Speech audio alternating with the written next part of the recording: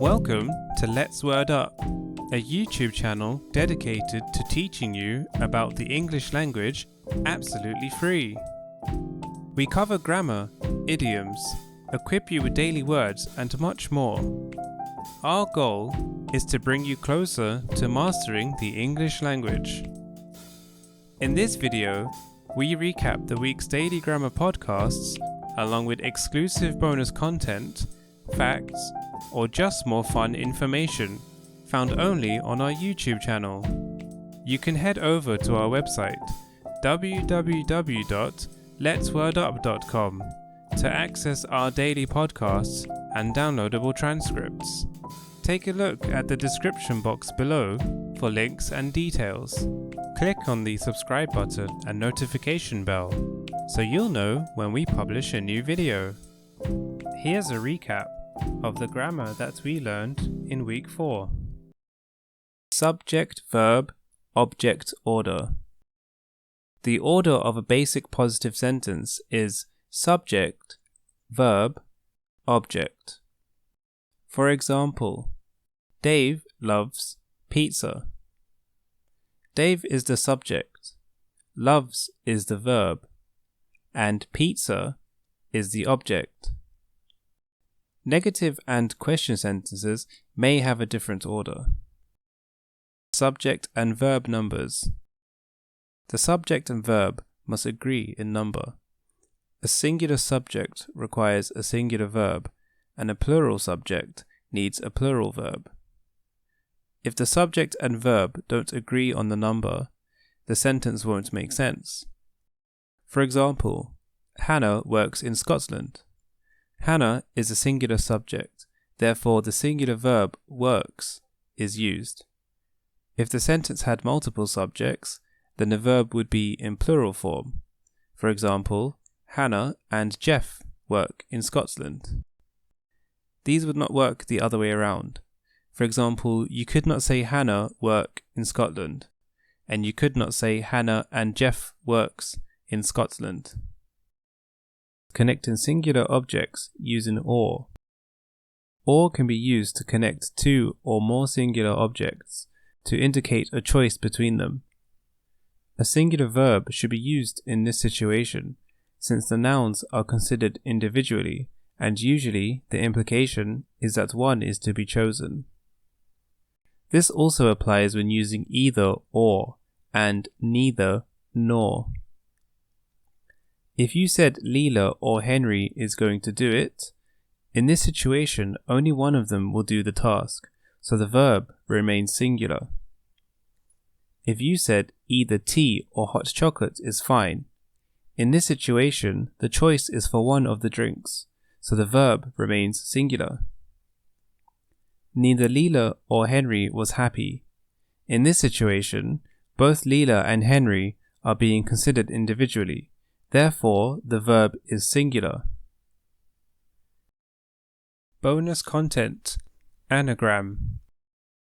An anagram is a word or phrase made by rearranging the letters of another word or phrase, using every letter once.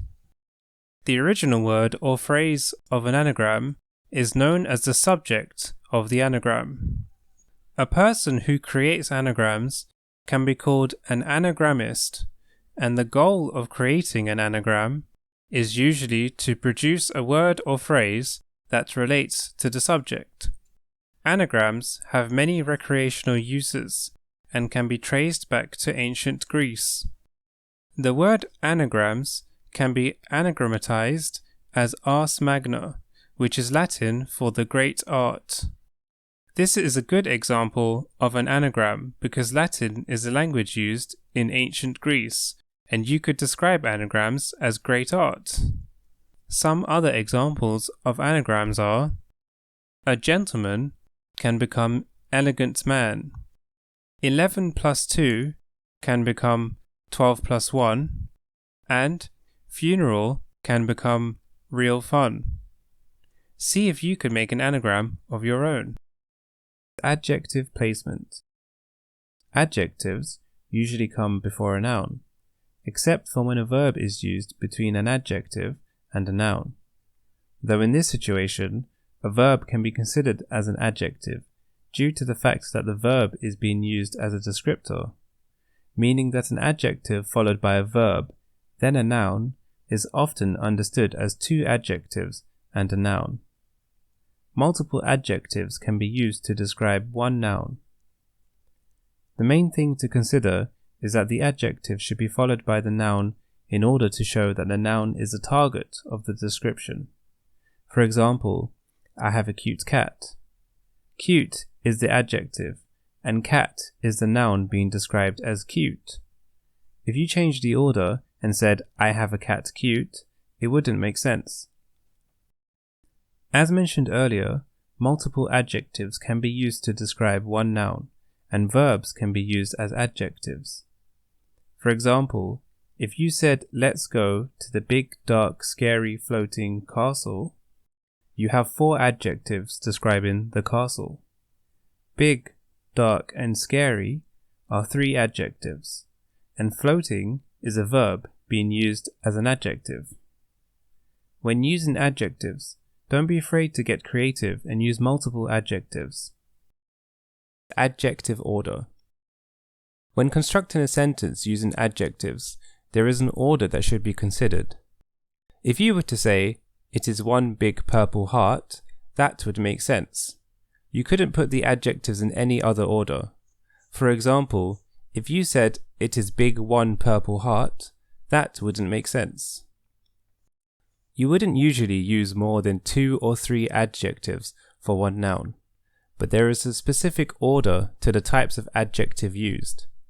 It isn't normal to use this many adjectives, but the order is number, opinion, size, physical quality, shape, age, color, origin, material, type, and purpose.